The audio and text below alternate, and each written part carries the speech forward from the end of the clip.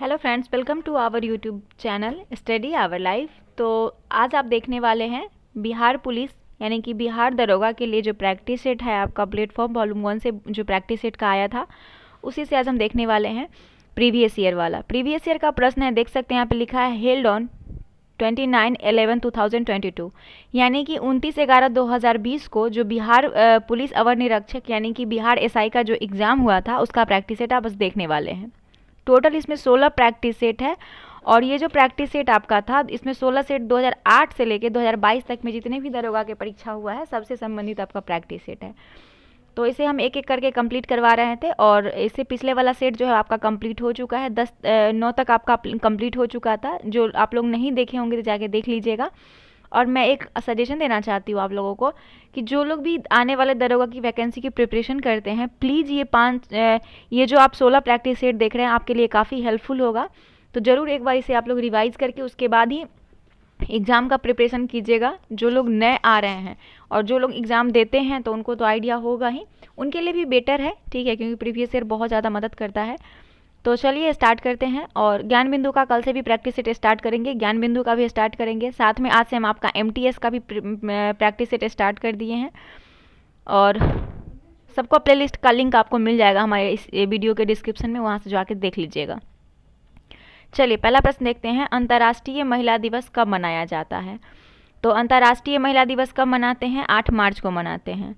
को पता है कि अंतर्राष्ट्रीय महिला दिवस को 1975 में आधिकारिक मान्यता दिया गया था। कब? 1975 में इसको मान्यता दिया गया था।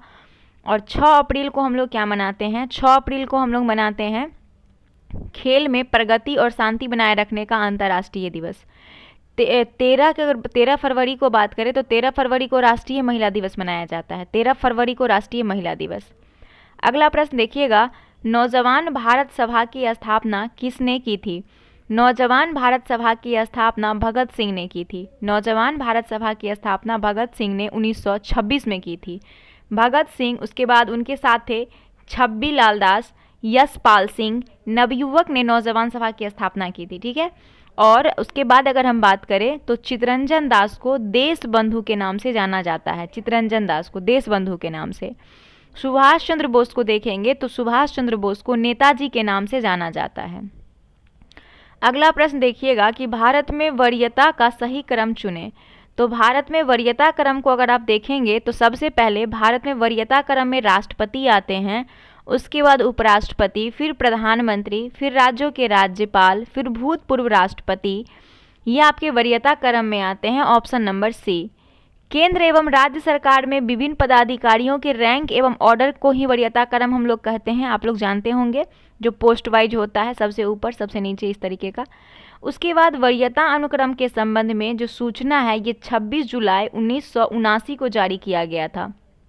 1979 को जारी किया गया था सूचना वरीयता क्रम के बारे में कि सबसे पहले राष्ट्रपति होंगे, फिर उपराष्ट्रपति, फिर प्रधानमंत्री, फिर अपने राज्यों के राज्यपाल होंगे, फिर भूतपूर्व राष्ट्रपति होंगे, उसके बाद उप प्रधानमंत्री होंगे, उसके बाद भारत के मुख्य न्यायाधीश या फिर लोकसभा के अध्यक्ष, फिर केंद्रीय मंडल के जो मंत्री होंगे वो, नीति आयोग उपाध्यक्ष, ये सभी इसमें आ जाएंगे।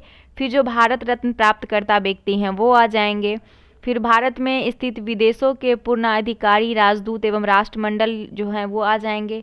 फिर 9वें नंबर पे आ जाएंगे उच्चतम न्यायालय के न्यायाधीश। 4 नंबर देखिएगा, कवक की कोशिका भित्ति का मुख्य अवयव है। तो कवक की कोशिका भित्ति का मुख्य अवयव क्या होता है? काइटिन होता है। Option number A. कवकों का अध्ययन को हम लोग माइकोलॉजी कहते हैं और ये जो है दोस्तों परजीवी या मृतजीवी या फिर सहजीवी भी होता है। कवक के द्वारा उत्पन्न विष को हम लोग क्या कहते हैं? एप्टाटॉक्सिन कहते हैं। जो एप्टाटॉक्सिन कहते हैं, जो कवक के द्वारा उत्पन्न किया जाता विष है उसे। 5 देखिए, एक सम बहुभुज का आंतरिक कोण उसके बाह्य कोण से 4 गुना है। तो बहुभुज की कितनी भुजाएं हैं? तो सभी बाह्य कोण का योग कितना होता है? 360 डिग्री हो जाएगा। बहुभुज की बात किए तो सर्कल होगा और सर्कल की बात करें तो ये आपका बनेगा 360 डिग्री का। आंतरिक कोण की बात करेंगे तो आंतरिक कोण कितना? 4 को बनेगा। तो 360 को 4 से गुना कर दीजिए तो कितना आ जाएगा? 1440 हो जाएगा। अब इसमें आपको भुजा की संख्या नहीं पता है तो n कर लीजिएगा n। अब 1440 बराबर n-2 गुने 180। अब इसे आप लोग निकाल लीजिएगा तो आपका जो निकल के आएगा वो आंसर सी निकल के आएगा 10। टोटल वैल्यू इसका निकल के आएगा 10। चलिए देखते हैं 6 नंबर पर प्रश्न। वर्ष 2011 के जनगणना के अनुसार भारत में वह राज्य जहां न्यूनतम जनसंख्या घनत्व दर्ज किया गया वह है। तो वर्ष 2011 में जनगणना के अनुसार भारत में अरुणाचल प्रदेश राज्य में न्यूनतम जनसंख्या घनत्व दर्ज किया गया और अरुणाचल प्रदेश का जनसंख्या घनत्व 17 व्यक्ति प्रति वर्ग किलोमीटर है। तो आंसर दोस्तों बी करेक्ट हो जाएगा। पॉलिशदार पाषाण उपकरण किस युग की विशेषता है? तो पॉलिशदार पाषाण उपकरण जो है ये हो जाएगा आपका नवपाषाण काल का। नवपाषाण युग की विशेषता है इसका। नवपाषाण युग के लिए सर जॉन लुवाक ने नियोलिथिक शब्द का प्रयोग किया। किसने? सर जॉन लुवाक ने।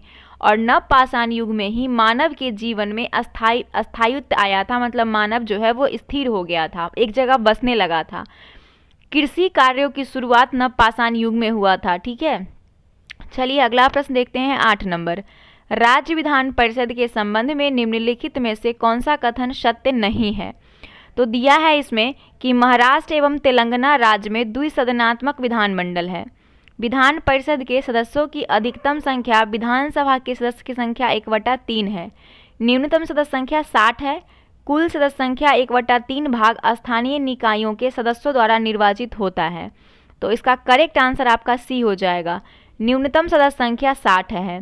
राज्य विधान परिषद के संबंध में न्यूनतम सदस्य संख्या 60 है, ये स्टेटमेंट जो है आपका सत्य नहीं है, क्योंकि राज्य विधान परिषद में न्यूनतम सदस्य संख्या 40 होती है, ना कि 60 होती है। शिवाजी से संबंधित निम्नलिखित घटनाओं का सही क्रम क्या है?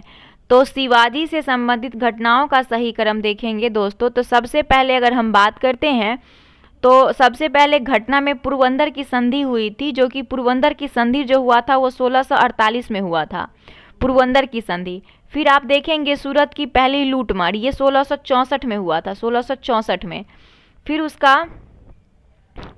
फिर देखेंगे 1664 यहाँ पे लिख देते हैं।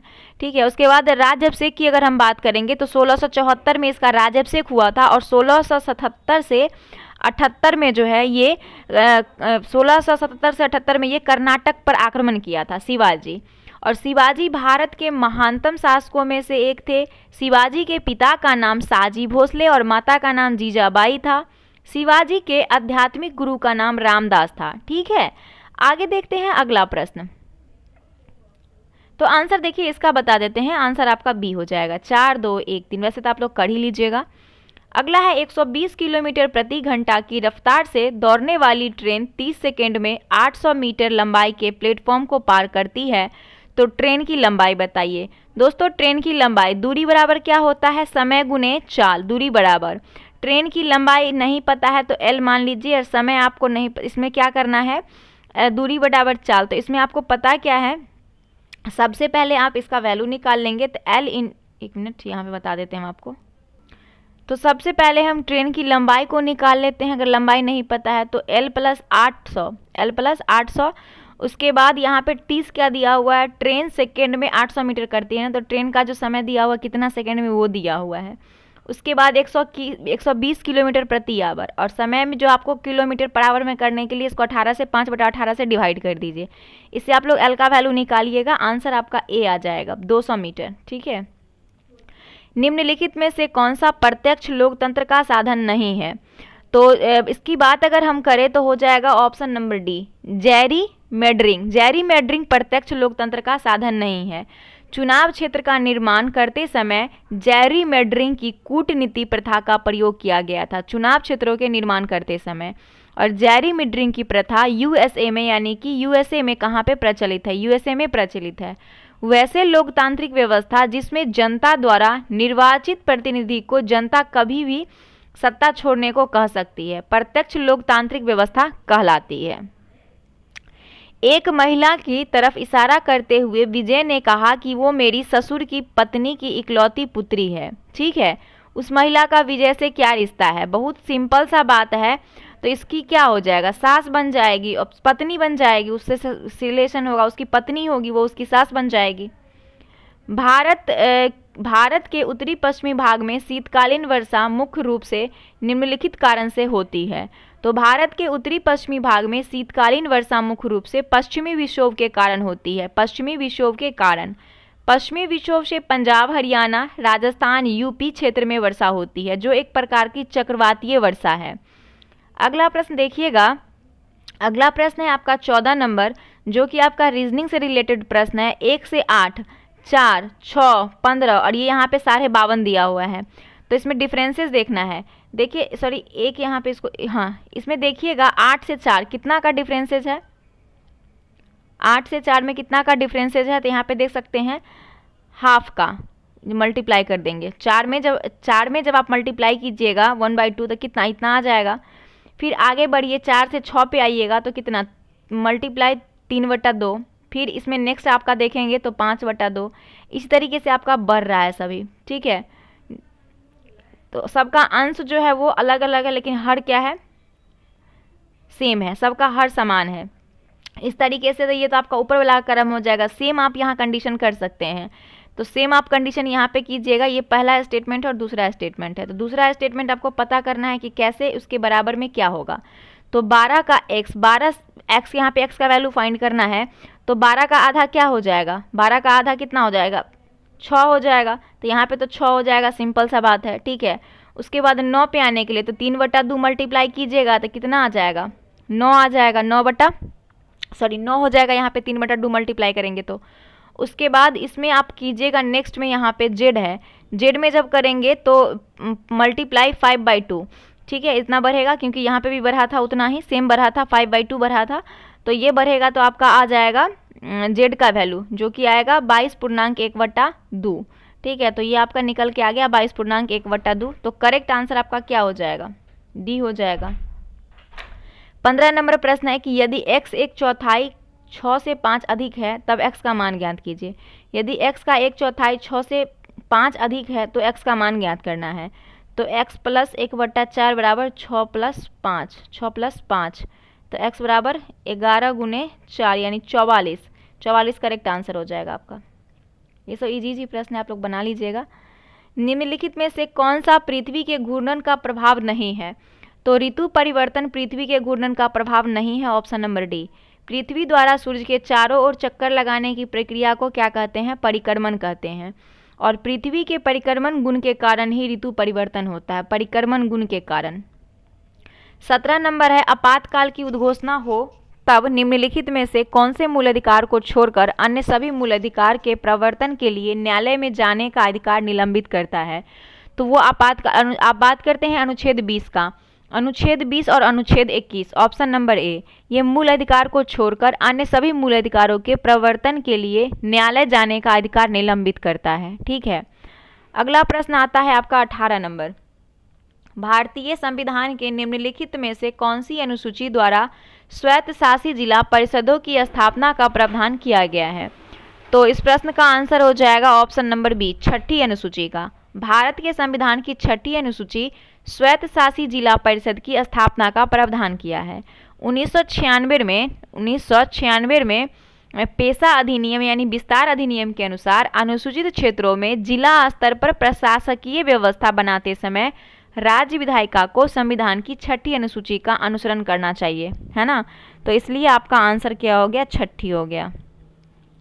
एप्लाबिस का उत्पादन होता है, एप्लाबिस का जो उत्पादन होता है वो कहाँ से होता है। तो एप्लाबिस का उत्पादन कवक के द्वारा होता है, किसके द्वारा, कवक के द्वारा, ऑप्शन डी। एप्लाटॉक्सिन एक प्रकार का कार्बनिक यौगिक है और ये खाद्य विषाक्तता उत्पन्न करता है, ध्यान रखिएगा। राज्यसभा के सदस्यों के चुनाव की प्रक्रिया ग्रहण की गई है। तो राज्यसभा के सदस्यों के चुनाव की प्रक्रिया दक्षिण अफ्रीका के संविधान से ग्रहण की गई है। कहाँ से, दक्षिण अफ्रीका के संविधान से ली गई है। राज्यसभा भारतीय संसद का उच्च सदन होता है और राज्यसभा के सदस्यों के नामांकन का प्रावधान पूछे तो ये आयरलैंड से लिया गया है, नामांकन का प्रावधान। प्यूनिक युद्ध डैश के मध्य लड़े गए। तो प्यूनिक युद्ध जो हुआ था ये युद्ध रोम और कार्थेज के मध्य हुआ था, ऑप्शन नंबर बी।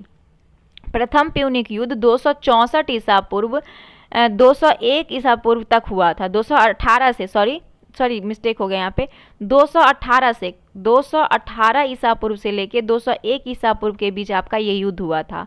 और प्यूनिक का तृतीय युद्ध हुआ था 149 से 146 ईसा पूर्व तक। और प्यूनिक के तीनों युद्ध में रोम ने कार्थेज को पराजित किया था, तीनों युद्ध में। 22 नंबर है आनुवांशिकी विकार जिसमें केंद्र में 47 क्रोमोसोम हो जाते हैं, XXY। तो आनुवांशिकी विकार जिसमें 47 क्रोमोसोम हो जाते हैं उसको क्लाइनफिल्टर सिंड्रोम कहते हैं। क्या कहते हैं? क्लाइनफिल्टर सिंड्रोम कहते हैं। इनमें पुरुषों के वृषण यानी टेस्टिस जो होता है वो अल्प विकसित होता है और स्त्रियों के समान स्तन विकसित हो जाते हैं और इस तरह के पुरुष नपुंसक होते हैं। अगला प्रश्न है 23 नंबर। 23 नंबर प्रश्न देखेंगे, कह रहा है कि निम्नलिखित में से कौन से मुख्यमंत्री के विषय में सही नहीं है? अंतर्राज्यीय परिषद का सदस्य, राष्ट्रीय शिक्षा परिषद का सदस्य, राज्य योजना बोर्ड के अध्यक्ष, राज्य मानवाधिकार आयोग के अध्यक्ष। तो इसकी अगर हम बात करें तो मुख्यमंत्री के विषय में राज्य मानवाधिकार आयोग का अध्यक्ष होना सही नहीं है, ऑप्शन नंबर डी। मुख्यमंत्री अंतर्राज्यीय परिषद का सदस्य, राष्ट्रीय शिक्षा परिषद का सदस्य, राज्य योजना बोर्ड का अध्यक्ष होता है।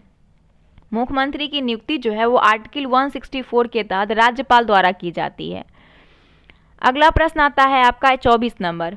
अपविशिक वायस में पीएन संधि डायोड के अपक्षय क्षेत्र की चौड़ाई क्या है? तो अपविशिक वायस यानी कि फॉरवर्ड वेस में पीएन संधि डायोड के अपक्षय क्षेत्र की चौड़ाई घटती है। क्या होती है? चौड़ाई घट जाती है। और उसके बाद पश्चविशिक बायस में पीएन संधि डायोड के अपक्षय क्षेत्र की चौड़ाई बढ़ती है। ठीक है, तो ये भी ध्यान रखिएगा। एक तो चौड़ाई घट जाती है कब? अपक्षय क्षेत्र की चौड़ाई। इसमें अगर हम बात करें अपविशिक में, और अपविशिक में होता है, और पश्चविशिक में पूछे तो चौड़ाई बढ़ जाती है। जेम्स टॉबिन के द्वारा पहली बार सुझाया गया टॉबिन टैक्स निम्न में से किस लेन देन पर लगाया जाता था? Tobin tax. तो जेम्स टॉबिन के द्वारा पहली बार सुझाया गया टॉबिन टैक्स करेंसी के लेन देन पर लगाया जाता था, करेंसी के लेन देन पे। विदेशी विनिमय दर में तीव्र उतार चढ़ाव पर अंकुश लगाने हेतु मुद्रा को किसी दूसरी मुद्रा में बदलते समय एक अल्प दर से करारोपण की सिफारिश की जाती, जिसे कि टॉबिन टैक्स कहा जाता है, टॉबिन टैक्स। और ये जो है वर्ष 1978 में जेम्स टॉबिन ने विदेशी मुद्रा बाजार में समस्त लेन देन कर लगाने का सुझाव दिया था। अगला है कि मुगल दरबार में प्रमुख चित्रकार कौन था जिसके नेतृत्व में अकबर ने चित्रकला का एक पृथक विभाग स्थापित किया? तो मुगल दरबार में प्रमुख चित्रकार अब्दुसम्मद था जिसके नेतृत्व में अकबर ने चित्रकला का एक पृथक विभाग स्थापित किया, ऑप्शन नंबर ए। अकबर के समय प्रमुख चित्रकारों में मीर सैयद अली, ख्वाजा मुकुंद, दसवंत बसामन ये सभी चित्रकार थे। आईने अकबरी में कुल 17 चित्रकारों का उल्लेख किया गया है, आईने अकबरी में। चलिए अगला प्रश्न देखते हैं। एक शर्ट को 1353 रुपया के बजाय 1425 रुपया में बेचने पर 8% प्राप्ति होती है, तो शर्ट का लागत मूल्य क्या होगा? तो 8% में बेचने के बजाय अगर 1425 क्या करा है इसमें, 1425 में बेचने पर, 1425 में बेचने पर, तो इसको माइनस कर दीजिए। इस दोनों के बीच का एक्चुअली डिफरेंसेस क्या है? तो इस दोनों के बीच का डिफरेंसेस आएगा 72 रुपया। तो 8% बराबर 72 रुपया, तो 1% बराबर 9 रुपया आपका निकल के आएगा। अब इसको कन्वर्ट कर लीजिए तो 100% बराबर क्या हो जाएगा? 900 रुपया लागत मूल्य निकल के आ जाएगा, 900। ऑप्शन नंबर इसका बी करेक्ट हो जाएगा। कृषि का काटो और जलाओ प्रतिरूप भारत के किस राज्य प्रदेश में प्रचलित है? तो कृषि का काटो और जलाओ प्रतिरूप उत्तर पूर्वी राज्य प्रदेश में प्रचलित है, ऑप्शन नंबर डी। कृषि के इस प्रतिरूप को झूमिंग कृषि भी कहते हैं और कृषि के इस प्रतिरूप की कई स्थानीय नाम भी हैं। ठीक है, उसके बाद है भारत में किस उद्योग को कोकिंग कोयला के आयात की अपेक्षा होती है? तो भारत में इस्पात उद्योग को कोकिंग कोयला के आयात की अपेक्षा होती है, ऑप्शन नंबर सी। भारत में लौह और इस्पात उद्योग के वितरण को प्रभावित करने वाली जो स्थानीय कारक है उसमें कच्चे माल का स्रोत है, परिवहन है और जल है। अगला प्रश्न देखते हैं। निम्न में से कौन सा प्रत्यक्ष कर का उदाहरण नहीं है? संपत्ति कर, व्यवसाय कर, आयकर, वस्तु और सेवाओं पर कर। तो इसमें से वस्तु और सेवाओं पर कर प्रत्यक्ष कर का उदाहरण नहीं है, ऑप्शन नंबर डी। प्रत्यक्ष कर वो कर होता है जिस व्यक्ति पर लगाया जाता है और अंतिम रूप से भुगतान उसी को करना पड़ता है, जिसमें निगम टैक्स आ जाएगा, आयकर आ जाएगा, उपहार, संपत्ति, ब्याज, व्यय सब आ जाएगा। लेकिन अप्रत्यक्ष कर वो कर होता है जो लगाया जाता है किसी पर और अंतिम रूप से भुगतान उपभोक्ता को करना पड़ता है, उसी को कहते हैं। अगला प्रश्न है संस्कृत और शिक्षा का अधिकार वर्णित है। तो संस्कृत और शिक्षा का अधिकार वर्णित है अनुच्छेद 29 से 30 में। ऑप्शन नंबर इसका बी करेक्ट हो जाएगा। मौलिक अधिकार का प्रावधान भाग 3 में अनुच्छेद 12 से 35 में किया गया है। अगला प्रश्न है निम्नलिखित में से कितने रैयतवारी बंदोबस्त आरंभ किया गया। किसने होगा यहाँ पे, किसने ही लिखा हुआ है। निम्नलिखित में से किसने रैयतवारी बंदोबस्त को शुरू किया था। हाल ही में आपके बीपीएससी के एग्जाम में ये प्रश्न पूछा भी गया था कि रैयतवारी बंदोबस्त को किसने शुरू किया था। तो इस प्रश्न का आंसर हो जाएगा आपका option number B, Thomas Munro ने। थॉमस मुनरो ने जो है वो रैयतवारी बंदोबस्त को प्रारंभ किया था 1820 में। ठीक है। पश्चिम बंगाल में होने वाले मानसून पूर्व को वर्षा कहते हैं। तो पश्चिम बंगाल में होने वाले मानसून पूर्व की वर्षा को काल वैसाखी या नॉर्वेस्टर कहते हैं। Option number D. मार्च से मध्य जून के बीच ग्रीष्मकालीन ऋतु के दौरान पश्चिमोत्तर भारत का उच्च दाब धीरे धीरे निम्न दाब में बदल जाता है। ठीक है। और भारत में उच्च दाब धीरे धीरे निम्न दाब में बदल जाता है मार्च से मध्य जून के समय। चलिए यहाँ पे फिर से एक रीजनिंग आपको दिखे गया, तो इस रीजनिंग को देख के लगा सकते हैं कि क्या हो रही है। देखिए यहाँ 3 है, यहाँ पे सबका स्क्वायर है। नेक्स्ट में 3 का स्क्वायर करेंगे तो 9 हो जाएगा, 9 का स्क्वायर करेंगे तो 81 हो जाएगा। ठीक है। और 81 का स्क्वायर करेंगे तो 65-61 हो जाएगा, तो 9 हो जाएगा। अगला प्रश्न है भारत के राष्ट्रपति के चुनाव में विवाद का निर्णय कौन करता है। तो भारत के राष्ट्रपति के चुनाव में जो विवाद होता है उसका निर्णय सर्वोच्च न्यायालय करता है। सर्वोच्च न्यायालय अनुच्छेद 71 के तहत राष्ट्रपति चुनाव से संबंधित सभी विवादों की जांच और फैसला सर्वोच्च न्यायालय का होता है और अंतिम फैसला भी उसी का होता है। चलिए 37 नंबर प्रश्न को देखते हैं जो कि आपका दिया है कि माना 36 नंबर प्रश्न यहाँ छूट गया है ना। भोपाल गैस दुर्घटना में विषाक्तता गैस जिस रिसाव से हुआ था वो गैस कौन सा था। तो भोपाल गैस दुर्घटना में मिथाइल आइसोसाइनेट नामक विषाक्तता गैस का रिसाव हुआ था। मिथाइल आइसोसाइनेट 3 दिसंबर 1984 ईस्वी को भोपाल में ये घटना हुई थी और यह दुर्घटना भोपाल के यूनियन कार्बाइड कारखाना में हुआ था। जो कारखाना से मिथाइल आइसोसाइनेट गैस निकलने की पुष्टि अंतर्राष्ट्रीय श्रम संगठन के द्वारा रिपोर्ट जो जारी किया गया उसमें बताया गया था। अब एक मैथ का प्रश्न है आपका, हम इसका आंसर बता दे रहे हैं। एक्सप्लेनेशन होगा तो हम आपको पीडीएफ में दे देंगे। ठीक है। चलिए इस प्रश्न का आंसर 37 नंबर है, इसका आंसर ए हो जाएगा।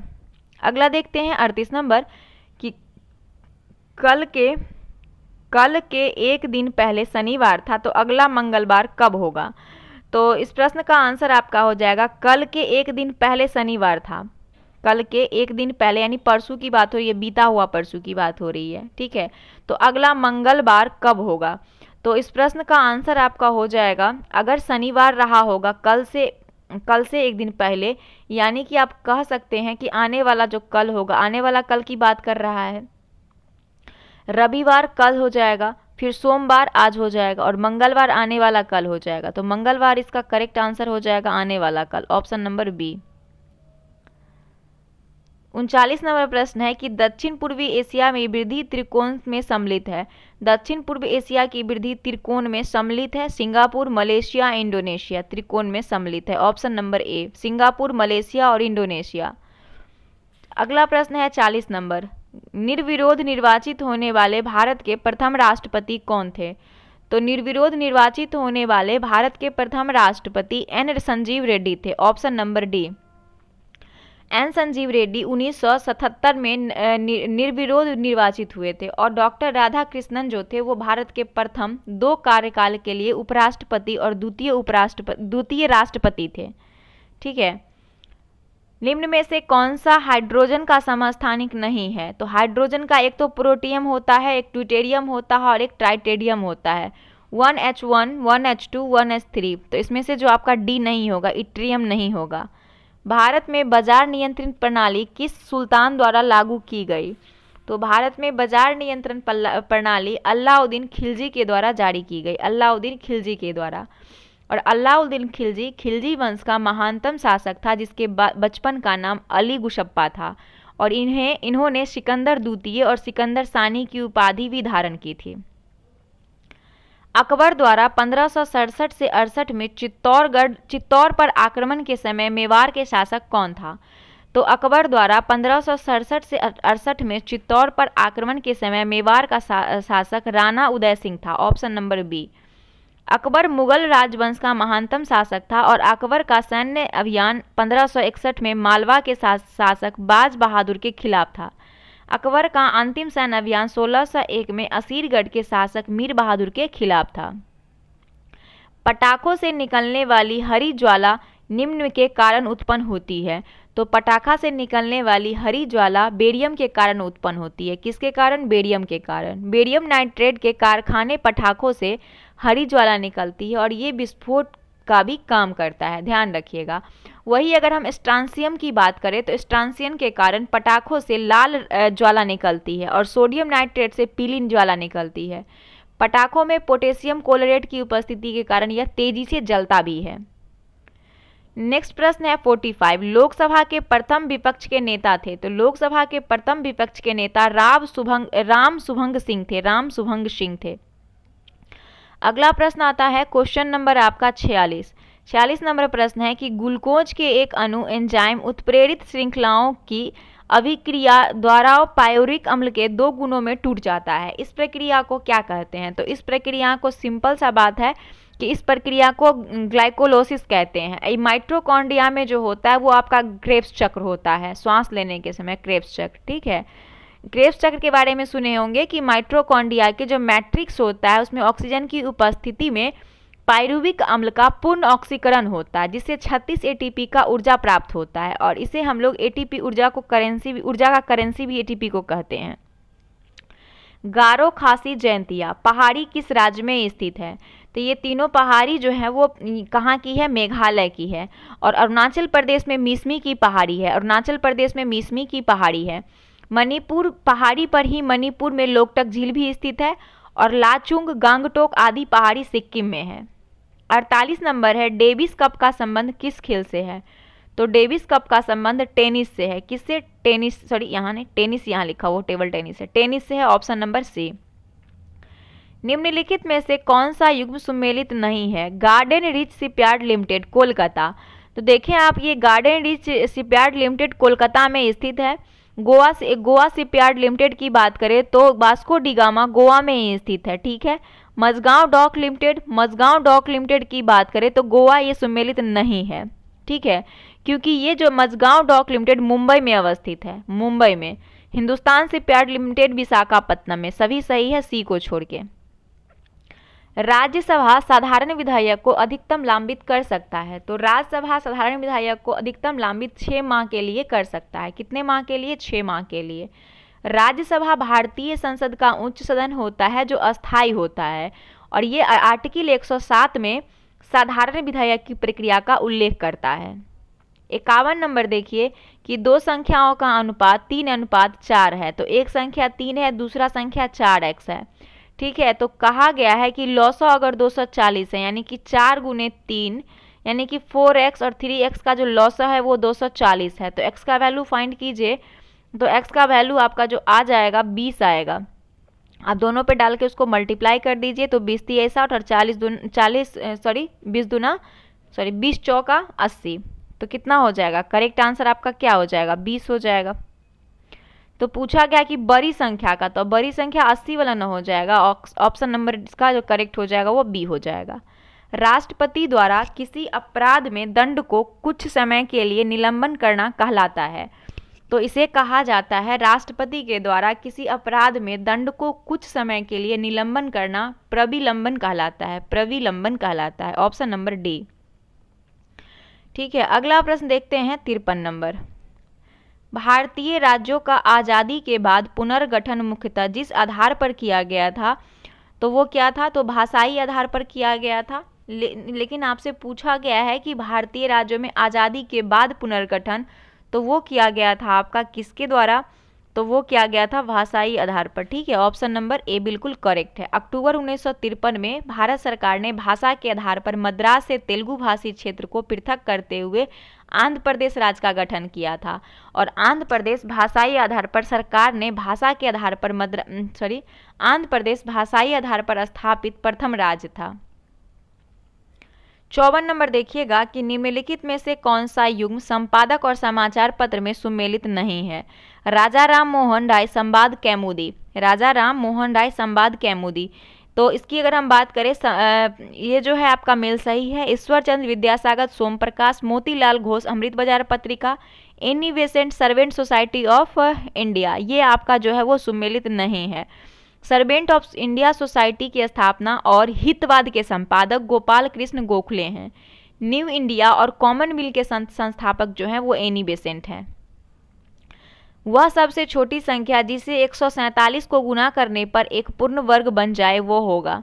तो 147 से गुना करने पर पूर्ण वर्ग बन जाए तो 147 का सबसे पहले आप क्या कीजिए, एलसीएम निकाल लीजिए। तो एलसीएम इसका आ जाएगा, आप निकालेंगे तो एलसीएम निकालेंगे तो देखिए 3 से लगाते हैं, एक बार 3 से लगाएंगे तो 49 बार में जाएगा, फिर 7 से लगाएंगे 7। अब इसमें 7 कितना 2 बार आया, 7 2 बार आ गया ना 7, और 3 कितना बार आया 1 बार, तो इसमें 3 इसका करेक्ट आंसर हो जाएगा 3। ठीक है, तो 147 को आप 3 से गुना कर दीजिए तो बन जाएगा नया संख्या। तो कितना हो जाएगा, करेक्ट आंसर आपका बी हो जाएगा 3। 1 मिनट, ये पेज चेंज कर देते हैं। निम्नलिखित में से कौन कैबिनेट मिशन का सदस्य नहीं था। तो विलियम बेंटिंग जो था वो नहीं, विलियम वॉर्ड जो था वो नहीं था। बाकी Stafford Cripps, Pethick Lawrence, A V Alexander सभी जो था वो कैबिनेट मिशन के सदस्य थे। भ्रूण और गर्भाशय के बीच संवहनी संपर्क बनाने वाली संरचना को कहते हैं। तो भ्रूण और गर्भाशय के बीच संवहनी संपर्क बनाने वाली संरचना को अपरा या फिर प्लेसेंटा कहते हैं। Option number A. अगला प्रश्न देखिएगा कि मीना-माटा रोग निम्नलिखित में से किसके सेवन से होता है। तो मिनी-माता रोग जो होता है दोस्तों ये मरकरी यानी पारा के सेवन से होता है। Option number B. कैडेमियम के सेवन से इटाई रोग होता है। ठीक है, और मिनी-माता रोग एक न्यूरोलॉजिकल सिंड्रोम है जो तीव्र पारा विषाक्तता से उत्पन्न होता है और पहली बार ये बीमारी जापान में 1956 में देखी गई थी। अगला देखिएगा कि प्रेरित विद्युत वाहक बल का परिमाण चुंबकीय फ्लक्स में समय के साथ होने वाले परिवर्तन की दर के बराबर होता है, यह कथन है। तो इस प्रश्न का आंसर आप देखेंगे तो हो जाएगा कि प्रेरित विद्युत वाहक बल का परिमाण चुंबकीय फ्लक्स में समय के साथ होने वाले परिवर्तन की दर के बराबर होता है और ये कथन फैराडे के विद्युत चुंबकीय प्रेरण के नियम पर कार्य करता है। Option number C. चलिए एक प्रश्न और आपका मैथ का है जो कि दिया हुआ है कि यदि 2 मेजों का और 3 कुर्सियों का एक साथ मूल्य 2000 जबकि 3 मेजों और 2 कुर्सियों का एक साथ मूल्य 2500 रुपया, तो 4 कुर्सी का मूल्य कितना होगा। तो 4 कुर्सी का मूल्य निकालना है तो इसका आप लोग निकाल लीजिएगा एक्स और वाई वैल्यू मान के, तो सी आंसर आ जाएगा, 800 निकल के आएगा आंसर। ठीक है, बड़ा लेंदी जाएगा तो थोड़ा सा यहाँ पे दिक्कत हो जाता है। भारत में तटीय सीमा वाला राज्य की संख्या कितनी है। तो भारत में तटीय सीमा वाला राज्य की संख्या 9 है। पूर्वी घाट में स्थित तटीय राज्य पश्चिम बंगाल है, उड़ीसा है, आंध्र प्रदेश और तमिलनाडु है। पश्चिम घाट में स्थित तटीय राज्य केरल, कर्नाटक, गोवा, महाराष्ट्र और गुजरात है। पादशाहनामा के रचयिता कौन है। तो पादशाहनामा के रचयिता जो हैं वो रचयिता अब्दुल हमीद लाहौरी हैं, अब्दुल हमीद लाहौरी। पादशाहनामा शाहजहांकालीन प्रथम पुस्तक है और इस पुस्तक को शाहजहां के शासनकालीन सरकारी इतिहास के नामों से भी जाना जाता है। निम्नलिखित में भारत की कौन सी नदी ज्वारंद मुख बनाती है। तो इस प्रश्न का आंसर आपका हो जाएगा ऑप्शन नंबर बी, ताप्ती नदी। भारत की ताप्ती नदी ज्वारंद मुख बनाती है, जो नदी डेल्टा नहीं बनाती है। उसके मुहाने को एसेंचुरी कहा जाता है, एसेंचुरी कहते हैं, जिसको ज्वारंद मुख भी कहा जाता है हिंदी में। भारत में नर्मदा, ताप्ती ये नदियाँ जो है वो सेंचुरी बनाती है। ठीक है, गांधी सागर बांध निम्नलिखित में से किसका हिस्सा है। तो गांधी सागर बांध चंबल का हिस्सा है। किसका, चंबल नदी का। ये बांध मध्य प्रदेश में है। और सरदार सरोवर बांध पूछे तो ये नर्मदा नदी पर स्थित है। जयकवारी गोदावरी नदी पर है और हीराकुंड जो है वो महानदी पर है और भारत का सबसे लंबा बांध भी है हीराकुंड। यहाँ पे फिर से एक रीजनिंग का प्रश्न आपको देखने को मिला। तो इसमें देख सकते हैं D2V है। D2V अगर हम बात करें तो यहाँ ये 2 है, यहाँ से ये 6 आ गया, फिर यहाँ आएंगे तो 2 से 3, 3 बढ़ा ना, 2 तिया 6, फिर यहाँ पे 4 ऐड हो जाएगा, तो 6 में 4 ऐड करेंगे तो 6 4 10, 10 होना चाहिए। यहाँ पे फिर 4 ऐड करेंगे, सॉरी 4, यहाँ पे 5 ऐड करेंगे तो 17, 1 मिनट गलत बोल दिए, सॉरी। यहाँ पे देखिए 2 दिया हुआ है ना, 1 मिनट, सॉरी, यहाँ पे क्या हो रहा है कि देखिए 2 से 6 कितना, 4 का डिफरेंसेज है, ठीक है, 2 से 6 कितने का डिफरेंसेज, 4 का डिफरेंसेज हो गया। अब 6 से आप जाइएगा 11 पे, 6 से 11 पे जाइएगा तो कितना का डिफरेंसेज मिलेगा, 6 से 11 के बीच कितना का डिफरेंसेज, तो 6 4 10 और 1 5 का डिफरेंसेज हो जाएगा। फिर 11 से इधर आइएगा तो कितना का डिफरेंसेज हो जाएगा, तो यहाँ पे 6 का डिफरेंसेज दिखेगा, तो 4 5 6, तो आगे क्या 7 का डिफरेंसेज जाएगा, तो 17 में 7 जोड़ेंगे तो कितना 24 हो जाएगा। ये तो आपका क्लियर हो गया। अब यहाँ पे क्या हो रहा है कि जो अल्फ़ाबेट है आपका वो बैक रिवर्स चेंज हो रहा है, तो टी से भी आएंगे तो -2 का, उसके बाद नेक्स्ट आप आएंगे यहाँ पे टी से फिर क्यू पे अगर जाते हैं, टी से की पे जाते हैं तो -3 का डिफरेंसेस, इसी तरह -4 का डिफरेंसेस, -5 का डिफरेंसेस यहाँ पे होना चाहिए। तो आपका हो जाएगा R24H, ऑप्शन नंबर ए, ठीक है। अगला प्रश्न है कि 2 पासा एक साथ फेंका जाता है तो उन पर पाए गए अंकों का योग 8 नहीं होने की संभावना क्या है। तो पासा वाला है संख्या, तो इसमें 6 का स्क्वायर कर दीजिएगा। 2 पासा को एक साथ फेंका जाता है तो उन पर पाए गए अंकों की योग 8 नहीं होने की संभावना, ठीक है। तो इसमें क्या करना है आपको, इसका जो फॉर्मूला होता है P वाला, सॉरी प्रोबेबिलिटी निकालने वाला NE और NS करके, ये कितना का डिफरेंसेस दोनों में निकाल लीजिएगा, 5 और 36, तो ये निकल के आपका आ जाएगा, शायद निकल के आएगा आपका आंसर, कितना निकल के आएगा 36, हाँ 36 निकल के आ जाएगा। करेक्ट आंसर कितना हो जाएगा, ऑप्शन बी हो जाएगा 31/36। चलिए अगला प्रश्न देखते हैं। क्वेश्चन नंबर, निम्नलिखित राज्यों में से किस एक में कैबुल लामचाओ राष्ट्रीय उद्यान स्थित है। तो कैबुल लामचाओ राष्ट्रीय उद्यान मणिपुर में है, मणिपुर में, ऑप्शन नंबर सी। अगला प्रश्न है कि निम्नलिखित में से किस गवर्नर जनरल का नाम व्यापंगत का सिद्धांत यानी कि डॉक्ट्रिन ऑफ लैप्स के साथ जुड़ा है। तो वो लॉर्ड डलहौजी हो जाएगा, ऑप्शन नंबर बी, डलहौजी के नाम पर है। और व्यापंगत का सिद्धांत के तहत भारतीय राज्यों को ब्रिटिश साम्राज्य में मिलाया गया था। नेक्स्ट आता है 69 नंबर प्रश्न कि निम्नलिखित में से भारत में सदाबहार वन कहाँ पाए जाते हैं। तो सदाबहार वन असम में पाए जाते हैं, कहाँ पे, असम में पाए जाते हैं। और सदाबहार वन अधिक तापमान और अधिक वर्षा वाले भागों में पाया जाता है। एक स्वस्थ मनुष्य का रक्तचाप होता है तो 120/80 mmHg होता है, ऑप्शन नंबर डी। सुंदरबन पाए जाते हैं, तो ये सुंदरबन कहाँ पाया जाएगा, तो आपका पाया जाता है मैंग्रोव वन, पश्चिम बंगाल में। याकर शब्द का प्रयोग किया जाता है, तो यारकर शब्द का प्रयोग जो किया जाता है वो क्रिकेट में किया जाता है, कहाँ पे, क्रिकेट में किया जाता है। भारत का कौन सा राज्य नौका दौड़ के लिए प्रसिद्ध है। तो केरल जो है, केरल आपका नौका दौड़ के लिए प्रसिद्ध है। फिजिक्स का प्रश्न है कि R1 R2 क्रमशः 400 वाट और 200 वाट के 2 लैंपों के तंतुओं के प्रतिरोध हैं जो कि समान वोल्टता पर कार्य करने के लिए डिजाइन किए गए हैं। तो इस प्रश्न का R1 और R2 आपको फाइंड करके बताना है। इसमें तो एक फार्मूला होता है कि P = V²/R, जिसमें P1/P2 और R2/R1 होता है। तो इसको आप फाइंड कीजिएगा तो R2 बराबर आ जाएगा 2R1, ऑप्शन नंबर इसका बी करेक्ट हो जाएगा। भारत का वह राज्य जहां विश्व के थोरियम का विशाल भंडार है। तो थोरियम का विशाल भंडार कहाँ पे है, ये आपका हो जाएगा ऑप्शन नंबर 1 केरल में, कहाँ पे, केरल में है। विश्व में सबसे अधिक उपयोग थोरियम भारत में ही किया जाता है। और थोरियम के 3 अयस्क होते हैं, अल्नाइट, थोरेनाइट और मोनोजाइट। 76 देखिएगा कि कंबोडिया निम्नलिखित में से किस भौगोलिक और सांस्कृतिक राजनीतिक उपविभाग में आता है। कंबोडिया, तो कंबोडिया दक्षिण पूर्वी एशिया के भौगोलिक और सांस्कृतिक और राजनीतिक उपविभाग में आता है, ऑप्शन नंबर ए। कंबोडिया की राजधानी कहाँ है, नोम पेन्हे है। आत्मीय सभा का स्थापना किसने किया था। तो आत्मीय सभा का स्थापना 1815 में राजा राम मोहन राय ने किया था, 1815 में। न्यूक्लियस के बाहर DNA मिलता है, तो न्यूक्लियस के बाहर डीएनए माइटोकॉन्ड्रिया में मिलता है। कहाँ पे? माइटोकॉन्ड्रिया में। डीऑक्सीराइबोस शुगर इसी को कहते हैं। निम्न में से कौन सा कथन सत्य है? 7 विषम संख्या का योग सम होता है।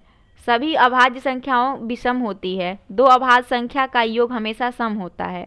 2 सम संख्या का गुणन हमेशा सम होता है। तो इस प्रश्न का आंसर जो आपका हो जाएगा वो डी हो जाएगा। 2 सम संख्या का गुणन हमेशा सम होता है, ये बिल्कुल करेक्ट है। 80 नंबर है कि निम्नलिखित गुप्त शासकों में से किसने अश्वमेध यज्ञ संपादित किया? तो गुप्त शासक में समुद्रगुप्त ने अश्वमेध यज्ञ को संपादित किया और गुप्त राजवंश का स्थापना श्रीगुप्त ने किया। तो ऑप्शन नंबर इसका बी बिल्कुल करेक्ट आंसर हो जाएगा, समुद्रगुप्त। यहाँ एक प्रश्न है मैथ का कि एक गोला, बेलन या शंकु की त्रिज्या तथा ऊंचाई समान है, तब उनके वक्रीय पृष्ठीय क्षेत्रफल का अनुपात कितना होगा? तो इसका अनुपात निकालना है तो सबसे पहले ऊंचाई तथा त्रिज्या क्या है? बराबर है। h यानी कि h किसके बराबर है? r के बराबर है। अब गोला, बेलन और शंकु तीनों का आपको यहाँ पे फाइंड करना होगा पृष्ठीय क्षेत्रफल। ठीक है, तो गोला का 4 पाई आर स्क्वायर, बेलन का 2 पाई आर और शंकु का हो जाएगा पाई आर एल। ठीक है, इसे फाइंड कर लीजिएगा। सब फार्मूला आपस में रेशियो में इसको बनाइएगा। सब फार्मूला आपस में कट के बच जाएगा 4 2 √2। ठीक है, तो 4 2 और √2, ऑप्शन नंबर डी बिल्कुल करेक्ट आंसर है। अगला है निम्नलिखित नदियों में से कौन सी नदी डेल्टा नहीं बनाती है? तो डी जो है आपकी ताप्ती नदी डेल्टा नहीं बनाती है। भारत में नर्मदा और ताप्ती नदियां डेल्टा का निर्माण नहीं करती है। यदि वाराणसी का कूट WCUESG है तो कोलकाता का कूट क्या होगा? तो देखिए यहाँ पे V को W लिख रहा है। ठीक है, V का W हो जा रहा है, एक बार जा रहा है। A से यहाँ पे जब जाएंगे, A से C जाएंगे तो यहाँ पे 2 बार जा रहा है। फिर A से आप आएंगे U पे, तो सॉरी R से U पे आएंगे, R से U पे आएंगे 3 बार जा रहा है। यानी कि एक एक एक आगे बढ़ जा रहा है, 1 2 3 4 ऐसे बढ़ रहा है। तो इसमें के में एक बढ़ेगा तो कितना? के बाद L हो जाता है। तो L से तो पहला ऑप्शन देखिए ये तीनों है, तो ये तो पहले ही कट गया। अब नेक्स्ट वर्ड है आपका क्या? O। तो O के 2 कितना हो जाएगा? O के बाद P Q हो जाएगा। तो Q किस में आ गया? पहले इसमें आ गया, तो पहले ही आंसर हम छट लिए, तो इसका बी करेक्ट आंसर हो जाएगा। विक्रम संवत किस गुप्त शासक ने आरंभ किया? तो विक्रम संवत को शुरू किया था किसने? चंद्रगुप्त द्वितीय ने आरंभ किया था, ऑप्शन नंबर सी। निम्न में से कौन से खाने के नमक का नाम से जाना जाता है? तो खाने के नमक से NaCl को जानते हैं, सोडियम, ऑप्शन नंबर डी। खाने के साधारण नमक जिसको बोलते हैं। और CaO को क्या बोलते हैं? कैल्शियम ऑक्साइड बोलते हैं। AlCl3 को बोलते हैं एल्युमिनियम कार्बाइड। और CaOH2O को चूना कहते हैं, चूना। और CaOCl2 को ब्लीचिंग पाउडर कहा जाता है। निम्नलिखित में से कौन 1 - x² greater than equal to 0 है? तो x के सभी मान बताएं। तो इसमें डी हो जाएगा आंसर, ऑप्शन नंबर डी। उपयुक्त आकृति का प्रकाश जब किसी धातु पृष्ठ पर डाला जाता है तो इलेक्ट्रॉन का उत्सर्जन होता है। इस प्रक्रिया को क्या कहते हैं? तो इस प्रक्रिया को क्या कहा जाएगा? इस प्रक्रिया को कहा जाता है आपका प्रकाश विद्युत उत्सर्जन। समीकरण यहाँ पे दिया हुआ है, इसको आपको फाइंड करना है। ठीक है, तो यहाँ पे दिया हुआ है कि x + b बटा a - b बराबर x - b बटा a + b। तो इसको हल करना है, तो इसका आंसर आपका सी आ जाएगा, x बराबर -a। निम्नलिखित में से कौन प्रधानमंत्री बनने से पहले मुख्यमंत्री नहीं रहे? तो गुलजारी लाल नंदा प्रधानमंत्री बनने से पूर्व मुख्यमंत्री नहीं रहे, ऑप्शन नंबर डी। 1964 से 1966 में भारत के कार्यवाहक प्रधानमंत्री बने थे। निम्न में से कौन सा वर्ग फ्रांस के तृतीय स्टेट का हिस्सा नहीं है? तो पादरी वर्ग फ्रांस के तृतीय स्टेट का हिस्सा नहीं है। बड़े व्यवसायी, वकील, किसान, मजदूर, कारीगर, नौकर, ये सभी जो हैं वो तृतीय स्टेट का हिस्सा हैं। निम्नलिखित में से कनिष्क की राजधानी कौन सी थी? तो पुरुषपुर थी कनिष्क की राजधानी, पुरुषपुर या पेशावर। कनिष्क कुषाण वंश का प्रसिद्ध शासक था और इसकी 2 राजधानी थी, एक था पेशावर या फिर पुरुषपुर या दूसरा था मथुरा। अगला प्रश्न देखते हैं क्वेश्चन नंबर कि निम्नलिखित में से कौन सा शब्द अंग्रेजी शब्दकोश में तीसरे स्थान पे आएगा? तो इसमें आपका जो सबसे पहले स्पाइनल आएगा, फिर स्पाइन आएगा, फिर स्पाइनेट आएगा, फिर स्पाइनर आएगा, ऑप्शन नंबर डी। अंतर्राष्ट्रीय श्रम संगठन का मुख्यालय स्थित है? तो अंतर्राष्ट्रीय श्रम संगठन का मुख्यालय ILO का जो है वो कहाँ पे है, जिनेवा में है, जिनेवा में, ऑप्शन नंबर ए। इसका स्थापना वर्ष 1919 में वार्से संधि के द्वारा संयुक्त राष्ट्र के संबंध एजेंसी के रूप में अंतर्राष्ट्रीय श्रम संगठन की स्थापना होती है और 1946 में ILO संयुक्त राष्ट्र से संबंध पहली बार विशिष्ट एजेंसी बना। इसका उद्देश्य है वैश्विक एवं अस्थायी शांति हेतु सामाजिक न्याय आवश्यक। अगला प्रश्न है आपका कि दाब बढ़ाने पर बर्फ का गलनांक क्या हो जाता है, घट जाएगा। बहुत आसान प्रश्न था ये। निम्न अनुक्रम में ऐसे 9 के अंक कितने हैं जिनके पहले 5 अंक हो और बाद में 3 अंक 9 हो। तो ये आप लोग कर लीजिएगा। एक तो आपका हो जाएगा यहाँ पे 5 9 6, 5 9 6, एक तो ये हो जाएगा। दूसरा 5 9 4, 5 9 4 ये हो जाएगा। और तीसरा आपका 5 9 7, 5 9 7, 5 9 7 एक ये हो जाएगा। और एक 5 9 2 हो जाएगा। 5 यहाँ पे 5 9 2 हो जाएगा। ठीक है, तो 3 आपका हो जाएगा। तो आंसर आपका बी हो जाएगा, बी। 4 हो जाएगा टोटल। माना कि PQR कोई त्रिभुज है और O त्रिभुज PQR के अंदर कोई बिंदु है, तब इसको फाइंड करना है आपको कि किसके बराबर होगा, यानी कि OP प्लस QR क्या है कि ग्रेटर देन है PR के। तो इसमें आपको फाइंड करके बताना है। तो सबसे पहले देखिए कि आपका जो त्रिभुज है वो त्रिभुज कैसा बन रहा है, ऐसे बन रहा है, ऐसे बन रहा है। इसमें अब OP प्लस QR, इसमें दिया है कि OP plus OR greater than है PR से। ठीक है, उसके बाद OP plus OQ greater than है PQ से और OR plus OQ greater than है QR से। यानी त्रिभुज के किसी दो भुजाओं की लंबाई का योग तीसरी भुजा से ज़्यादा होती है ना। इसीलिए आपका स्टेटमेंट कौन होना चाहिए, तो स्टेटमेंट आपका C वाला होना चाहिए, ओनली C ही होगा। कौन सा धन 4% वार्षिक ब्याज की दर से 2 वर्ष के पश्चात 5408 हो जाएगा, तब चक्रवृद्धि ब्याज वार्षिक देय है। तो इस प्रश्न का आंसर आप निकालेंगे तो इसका आ जाएगा ऑप्शन नंबर, इसका आंसर डी आ जाएगा, 5000 रुपया। CI निकाल लीजिएगा इसका।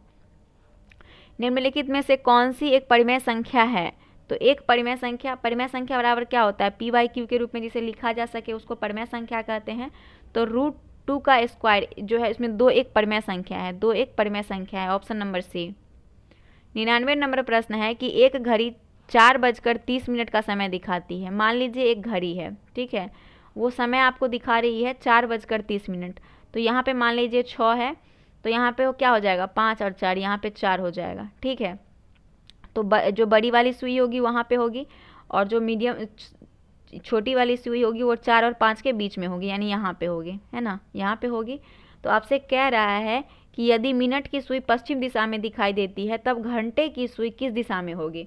तो किस दिशा में होगी यहाँ पे देख के आप लोग बता सकते हैं। तो ये दिशा कौन सा दिख रहा है, तो सुई ये जो हो जाएगा आपका दिशा हो जाएगा दक्षिण पश्चिम। क्या हो जाएगा, ये इधर हो जाएगा आपका दक्षिण पश्चिम में,